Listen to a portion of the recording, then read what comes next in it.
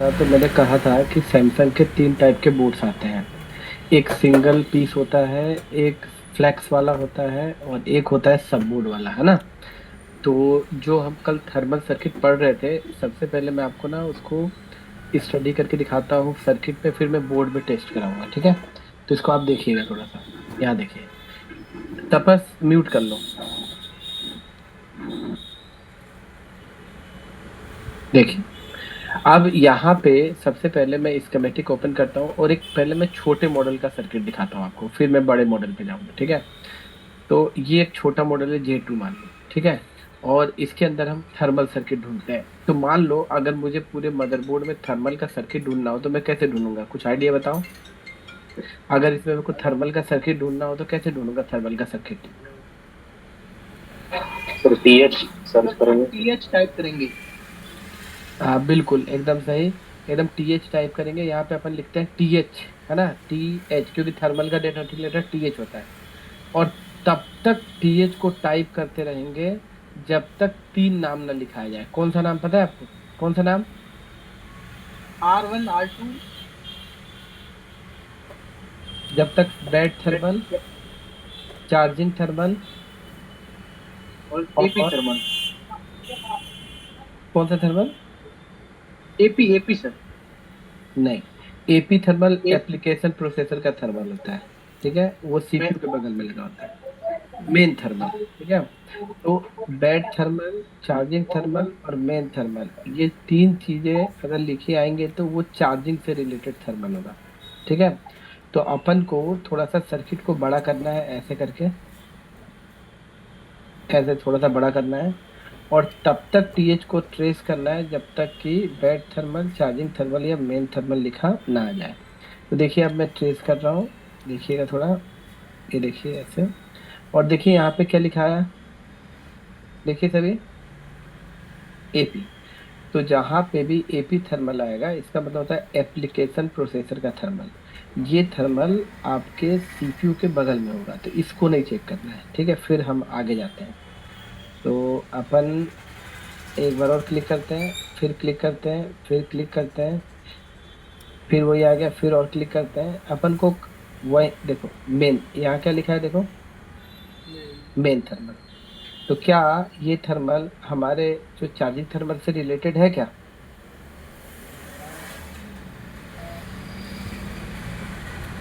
Hello. Yes sir, yes sir. हाँ। तो आप देख सकते हो कि यहाँ पे ये वाला जो रजिस्टर है ये है R1। क्या बोलते हो, ये क्या हो गया R1, क्योंकि इस रजिस्टर के ऊपर R1। 1.8 का पुल अप है, पावर IC से। तो ये हो गया R1। और R2 कहाँ लगा है, ये ग्राउंड से। इस कैपेसिटर को छोड़ दो, क्योंकि देखो यार लिखा भी NF नॉट फाउंड, नहीं मिलेगा भी नहीं, और मिलेगा भी तो इससे कोई लेना देना नहीं है। ये फिल्ट्रेशन सर्किट है। तो देखो वही वाला सर्किट है ना R1, मतलब ये रजिस्टर R1 मानेंगे, ये कहाँ लगी होगी रजिस्टर बोर्ड में।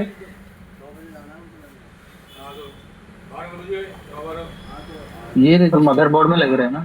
नहीं ये रजिस्टर मेन बोर्ड में नीचे, मतलब कहाँ लगी हो सकती है।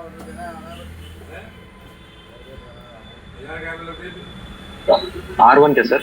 हाँ R1 कहाँ लगी हो सकती है। R1 तो सर कहीं भी लगी रह सकती है ना सर। Very good. जो R1 है इसके लिए कोई एक परफेक्ट लोकेशन नहीं है, कहीं भी लगी हो सकती है। लेकिन जो R2 होगी, जो थर्मल होगी, वो कहाँ लगी होगी चार्जिंग वाली। सब एक पीसीबी के पास मिनट। में सर।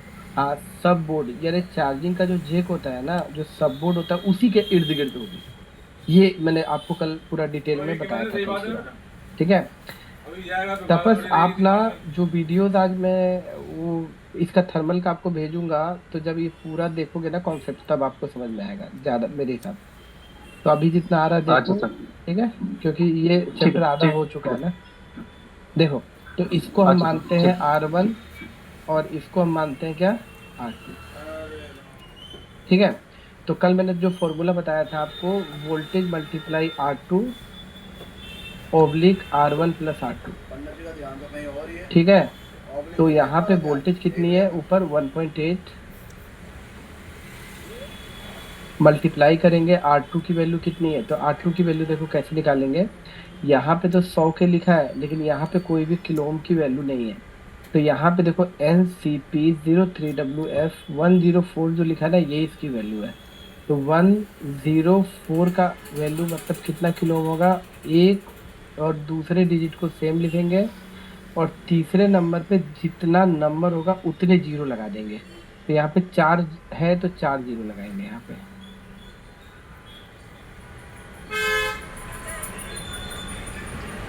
ओम, ठीक। अब इसको हम 1000 से भाग देके किलो में बदलेंगे। तो ये 100 किलो ओम का रजिस्टर है। समझ में आया सबको? तो R2 की वैल्यू हो गई 100 के, और R1 की तो ऑलरेडी लिखी है 100 के, और प्लस R2 की तो 100 के है ही है। तो इसको कैलकुलेशन जब हम निकालेंगे तो 0.9 आएगा। मतलब ये जो यहाँ पे 1.8 उतरेगा, तो इन दोनों रेजिस्टेंस का जो वोल्टेज डिवाइडर का आउटपुट यहाँ पे CPU के लिए जो निकलेगा वो होगा 0.9। ठीक है, जब तक 0.9 CPU को मिलेगा तब तक CPU समझेगा कि भाई मेरे फ़ोन में कुछ भी गर्म नहीं हो रहा है। लेकिन यहाँ पे अगर ये वोल्टेज ड्रॉप मारेगी या आज ज़्यादा हो जाएगी तो फिर थर्मल एरर जाएगा। अब देखो यहाँ पे ये जो लाइन कहाँ जानी चाहिए आपके हिसाब से? अगर मैं इसको क्लिक करूँ तो कहाँ कौन सेंस करेगा 0.9? अब नीचे CPU ना सर?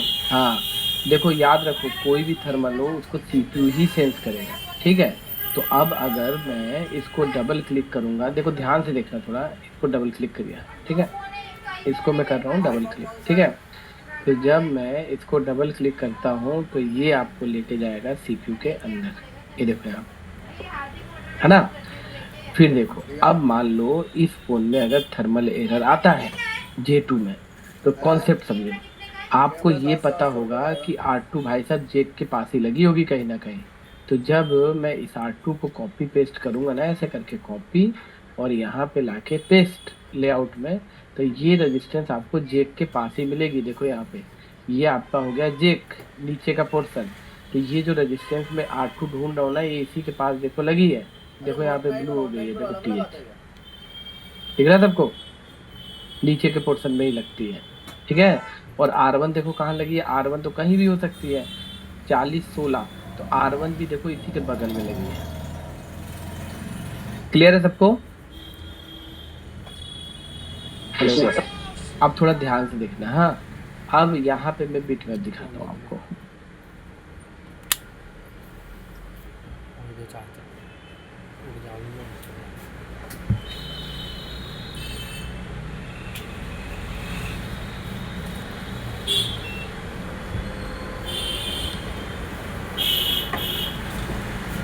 देखो, इस बिटमैप में अगर अपन ध्यान से देखें तो ये है आपकी थर्मल, यही थे ना TH 4000, है ना? और यहाँ पे R1। तो आप सबको पता है कि भाई साहब थर्मल का एक सिरा क्या होता है, ग्राउंड। किसी को कोई डाउट है क्या? हेलो, नहीं सर, ग्राउंड होता है ना? और आप सबको पता है कि भाई ये R1 पे एक वोल्टेज आएगी 1.8, कहाँ से आएगी? पावर आईसी से पावर आएगी ना, पुल अप पावर आईसी से। तो मैं अगर इसका एक सिरे पे ऐसे क्लिक करूं बाय द वे, तो देखो ये जो लाइन है ये पावर आईसी पे नहीं, पूरे बोर्ड में डिस्ट्रीब्यूट होती है। मतलब ये 1.8 जो थर्मल पे आती है ना, वो सिर्फ पावर आईसी से तो निकलती है, लेकिन बहुत सारे सेक्शन को कवर करती है, और वही वोल्टेज थर्मल पे भी जाती है। ठीक, अब यहाँ देखो, जब 1.8 वोल्ट की जब सप्लाई यहाँ पे आती है, यहाँ पे, ठीक है, तो इस R1 और R2 आपस में जुड़े रहेंगे, कैपेसिटर छोड़ दो, और यही वोल्टेज डिवाइडर 0.9 निकल के कि कौन सेंस करेगा? CPU। कर रहा है कि नहीं कर रहा?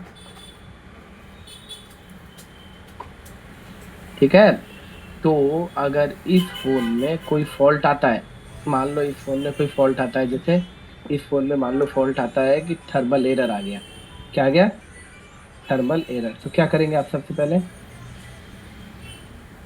अगर आप J2 में आपका कोई थर्मल एरर आया तो क्या करोगे बताओ? तो R1 के इनपुट पॉइंट पे और R2 आउटपुट पॉइंट पे वैल्यू वोल्टेज चेक करेंगे। बिल्कुल। आप लोग कभी भी कुछ मत करना, आप जस्ट इसमें लगाना चार्जर। देखो सबसे पहले किसी भी बोर्ड में बैटरी टेम्परेचर टू हाई या बैटरी टेम्परेचर टू लो का मैसेज आए ना, तो आप लोग कभी भी गूगल यूट्यूब देखो, मैं मना नहीं कर रहा हूँ, नहीं, दिमाग से काम लो। सबसे पहले क्या करना कि मोबाइल फोन में लगाना चार्जर, बैटरी मत लगाना। जब हम मोबाइल फोन में चार्जर लगाते हैं ना, तो अभी बूट सीक्वेंस जब डेट सेक्शन में मैं पढ़ाऊंगा, तो उसमें आपको पता चलेगा कि चार्जर लगाते ही ना, जो चार्जिंग आईसी पावर को ट्रिगर कर देती है। जैसे आप चार्जर किसी फोन में लगाते हो ना, तो जो हमारी चार्जिंग आईसी होती है वो पावर आईसी को ट्रिगर कर देती है। और जैसी चार्जिंग आईसी पावर आईसी को ट्रिगर करती है, वैसी पावर आईसी ऑन हो जाती है और 1.8 बना देती है। तो आप जैसे ही चार्जर लगाओगे, तो आप सबसे पहले चेक करो कि इसकी इस पिन पे 1.8 आनी चाहिए, किस पे, थर्मल की R1 पे। और जो ये दोनों पिन पे जब चेक करोगे आउटपुट पे, तो इस पे बनना चाहिए 0.6 से 0.9 के बीच में। कितनी बननी चाहिए? 0.6 से 0.9 के बीच में। अगर यहाँ पे 0.9 से ज्यादा या 0.6 से कम या 0 वोल्टेज बनी, तो तुरंत आप पकड़ लेना कि आपका थर्मल सर्किट में एक प्रॉब्लम है। इसीलिए आपके फोन में क्या आ रहा है? Thermal error. क्या आप इसको चेक कर सकते हो सभी? बिल्कुल सर। हाँ, जी सर। मैं अभी आपको एक चेक करके दिखाता हूँ, ठीक है? तो अगर मान लो कि यहाँ पे, अगर मान लो आया 0.4, ठीक है, तो ये वोल्टेज यहाँ से निकलेगा और यहाँ से निकल के जाएगा सीपीयू के अंदर। तो सीपीयू को 0.6 सेंस करना था, लेकिन सीपीयू 0.4 सेंस कर रहा है। और जब सीपीयू 0.4 सेंस करेगा, तो सीपीयू सोचेगा कि भाई कुछ ना कुछ यहाँ पे हीट हो रहा है, इसीलिए थर्मल ने अपना वैल्यू चेंज कर दिया, भले हीट हो रहा हो ना हो रहा हो। तो अपन को वोल्टेज चेक करना। अब मान लो यहाँ पे आई 0 वोल्टेज, मान लो यहाँ पे आ गई 0, तो 0 आने का बस एक ही मतलब हो सकता है, या तो 1.8 यहाँ पे ना आती हो, या तो ये रजिस्टर खराब हो गई हो। क्या बोलते हो? चलो। ओपन मोड में सर।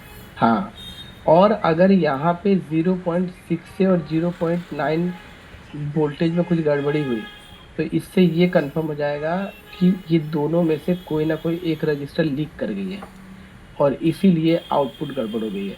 तो हम इन दोनों रजिस्टर को 1 बाय 1 चेंज करके देख सकते हैं, क्योंकि ये रजिस्टर जब गड़बड़ होगी तो आउटपुट क्या हो जाएगा? चेंज हो जाएगा। ठीक। तो अब अपन को ये समझना है कि अगर J2 के अंदर थर्मल का फॉल्ट आया, तो बस चार्जर लगाना है और यहीं पे चेक कर लेना है 0.6 से 0.9। अगर यहाँ पे वोल्टेज अप डाउन हो गया, थर्मल रजिस्टर और R1 को रिप्लेस करके देख लो, आउटपुट में 0.9 बन गया, मतलब सर्किट आपका सही हो गया। ठीक। तो एक ये तो छोटा मॉडल है। छोटा मॉडल यानी यार ये तो बहुत पुराना मॉडल है, लेकिन आजकल जितने फोन आ रहे हैं, जैसे मान लो A50 हुआ, A70 हुआ, A30 हुआ, A30s हुआ, आजकल जितने भी मॉडल ये आ रहे हैं, इनके अंदर क्या प्रॉब्लम आ रही है ना, कि ये सब मोबाइल फोन में सिंगल पीस नहीं होता है, डबल बोर्ड होता है।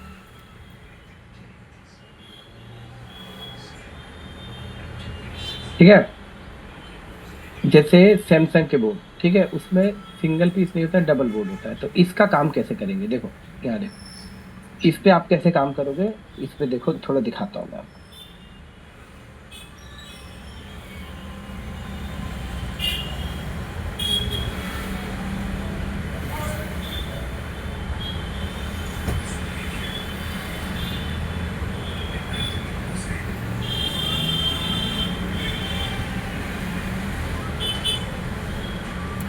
देखिए, तो क्या होता है कि जो सैमसंग के बोर्ड आते हैं, में क्या होता है, देखो दिखाता हूँ मैं आपको। जैसे मान लो क्या होता है कि अब जो बोर्ड आएंगे सैमसंग में, उसमें नीचे ये सब बोर्ड लगा होता है, आप सबको पता है ये सब बोर्ड लगा होता है। तो इतना तो सभी जान चुके हो कि सब बोर्ड में ही थर्मल होता है, ठीक है, मेन बोर्ड में थर्मल नहीं होता है। ठीक। तो अब मैं आपको एक और सर्किट दिखा रहा हूँ, देखो।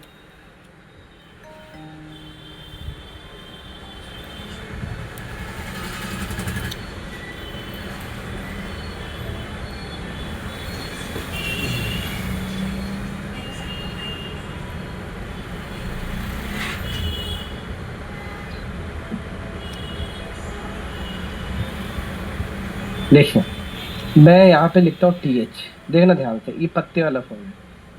और जब मैं TH लिख के सर्च करूंगा, देखिएगा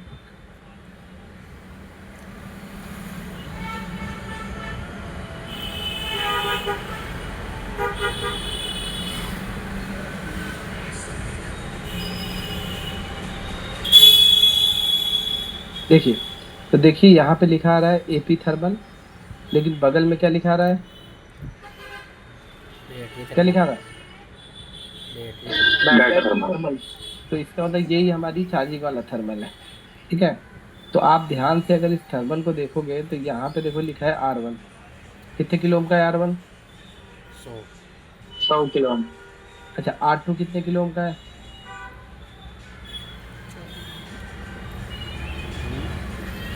R2 कितने किलो ओम का है? सर एनसी लिखा हुआ है मेरे। तो इसका मतलब ये हुआ कि फिर इसको क्या करना है, मतलब ये क्यों NC क्यों लिखा हुआ है? क्योंकि बिना R2 के सर्किट काम कैसे करेगा? वही अगर R2 नहीं लगेगा तो सर्किट कैसे काम करेगा बताओ? यहाँ पे कोई बताएगा NC क्यों लिखा है? शायद सर सब बोर्ड में सब बोर्ड में इसके लिए, मेन बोर्ड में नहीं है थर्मल। हाँ सही है। देखो ये जो मदरबोर्ड मैंने आपको दिखा रहा हूँ ये है पत्ते वाला बोर्ड। तो आप सबको पता है इसके ये बोलने का मतलब है कि R1 ऊपर लगा है मेन बोर्ड में, और R2 कहाँ लगता है हमेशा? सब बोर्ड में। तो सब बोर्ड में R2 लगा है, इसीलिए बोला है NC, मतलब ये मेन बोर्ड में नहीं ये बता रहा है। R2 कहाँ लगा हुआ है? नीचे वाले बोर्ड में, इसीलिए यहाँ पे क्या लिखा है? NC। क्या सबको समझ में आया? हाँ सर। हाँ। तो यस इसका सर। इसका कनेक्शन कैसे होगा, सुनो मेरी बात पहले। देखो इसका कनेक्शन ऐसे होगा, इसका कनेक्शन ऐसे होगा कि पहले दिखा दूं। देखो ये जो रेजिस्टेंस है R4044, ये जो रेजिस्टेंस है, देखिए थोड़ा सा लेआउट खोल के दिखाता हूँ। ये तो इसी बोर्ड में मिल जाएगी, मेन बोर्ड में, ठीक है।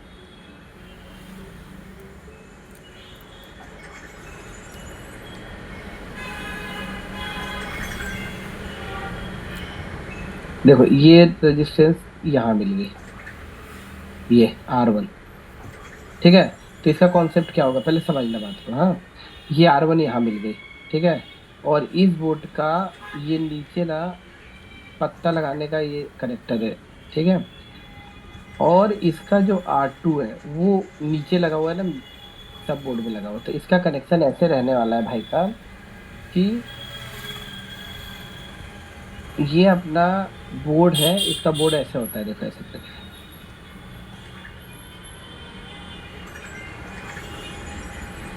ऐसे,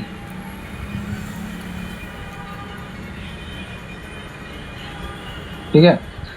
और नीचे होता है सब बोर्ड लगा होता है, ये कनेक्टर लगा होता है, देखो ऐसे।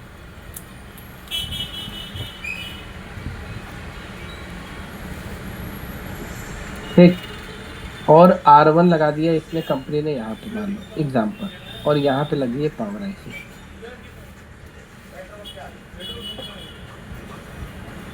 तो जो 1.8 वोल्ट की जो सप्लाई है ये यहाँ से निकल के ऐसे आके, ऐसे आके यहाँ पे आएगी, आएगी कि नहीं आएगी? हेलो। Yes sir sir. आएगी। और फिर जिस सब बोर्ड में पत्ता होगा ऐसे करके, इसमें लगा होगा R2। तो यहाँ पे मैं लगा देता हूँ R2 ऐसे करके, ऐसे ग्राउंड होगा एक सिरा। और ये पिन यहाँ से होते हुए पत्ते के थ्रू यहाँ से जुड़ी होगी, है ना। और इसका और इसका जो ज्वाइंट होगा ना, इसी का जो आउटपुट होगा वो कौन सेंस करेगा? CPU। है ना। Yes। तो ये PN देगी 1.8 और CPU सेंस करेगा 0.9। ठीक। अब इसमें अगर थर्मल एरर आता है तो आप डायरेक्ट ना इस R1 की इस पिन पे चेक कर लो। अगर 0.9 नहीं बने तो हो सकता है R1 खराब हो, 1.8 नहीं आ रहा हो, या अगर वोल्टेज अप डाउन हो रहे हैं तो हो सकता है कि ये थर्मल रजिस्टर खराब हो गई हो, ये यहाँ से यहाँ तक का पत्ता कट गया हो, क्योंकि ये पत्ता अगर कट जाएगा तो ये R1 R2 को ज्वाइंट नहीं हो पाएगा, और ज्वाइंट नहीं होगा तो यहाँ पे डायरेक्ट 1.7 वोल्ट पहुंच जाएंगे।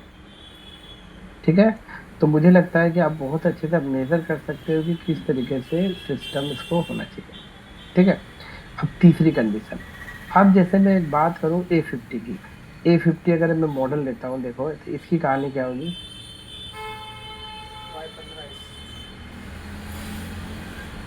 तो A50 एक ऐसा मोबाइल फोन है जिसमें R1 और R2 हमेशा नीचे ही लगे हैं। तो अगर मैं इस पे TH लिख के सर्च करूंगा तो ना मुझे R1 मिलेगा और ना मुझे R2 मिलेगा। क्या बोलते हो? हेलो। हाँ सर। क्योंकि इसमें ना R1 है और ना R2 है। ठीक है, तो जब इसमें R1 और R2 है ही नहीं है तो फिर मेन बोर्ड में सर्च करने का कोई मतलब है क्या? नहीं। वही तो सर। हम अंदाज पे काम करेंगे। अंदाज पे मतलब देखो कैसे काम करेंगे। यहाँ पे सर्किट इसको खोलेंगे ऐसे करके, थोड़ा ध्यान से देखना, हाँ। और जो हमारा ये बोर्ड होता है ना, इसको तिरछा करो।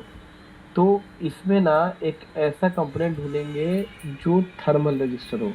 आप सबको पता है कि जो हमारा नॉर्मल रजिस्टर होता है वो ऐसा होता है, देखो ऐसा,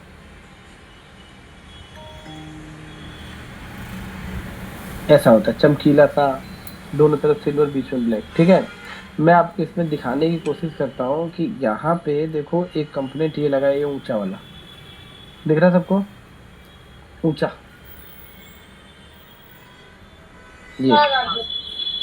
ये है थर्मल रजिस्टर। अब आप बोलोगे मुझे कैसे पता चला? आपको ढूंढना पड़ेगा। ठीक है, इसका हाइट ज्यादा है और इसका हाइट कम है। देखो मैंने शुरू में ही पढ़ाया था आपको पहली क्लास में, जिसका हाइट कम होता है वो रजिस्टर होती है, और ये क्या होता है? थर्मल।